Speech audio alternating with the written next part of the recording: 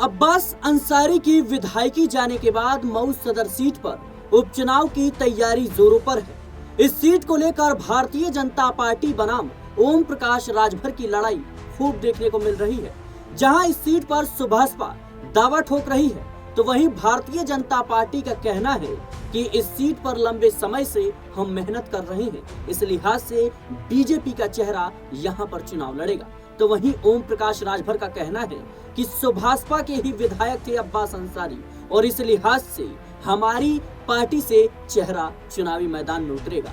लेकिन बड़ा सवाल यह है कि ओपी राजभर ने ये क्यों कहा कि हम पंचायत चुनाव तो अकेले लड़ेंगे ही, साथ ही में इस सीट के लिए मैं बीजेपी आला कमान से बात करूंगा।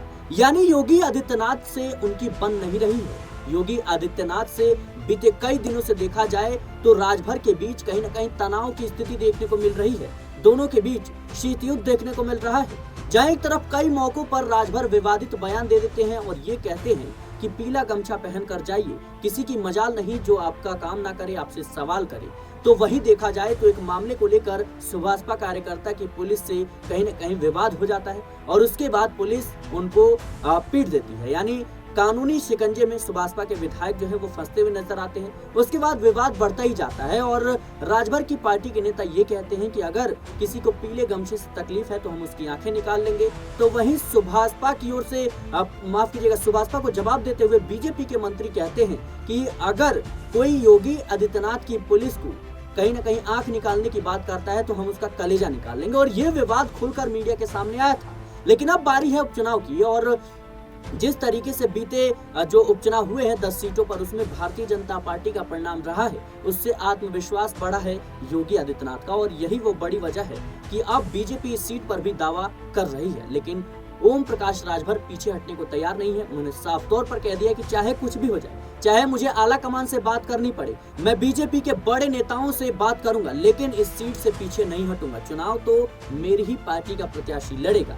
ऐसे में बड़ा सवाल ये है कि अगर भारतीय जनता पार्टी और ओम प्रकाश राजभर के बीच बात नहीं बनती है तो फिर उसके बाद क्या राजभर बगावत की स्थिति देख रहे हैं? क्या राजभर कहीं न कहीं अब भारतीय जनता पार्टी से रास्ते अलग कर लेंगे?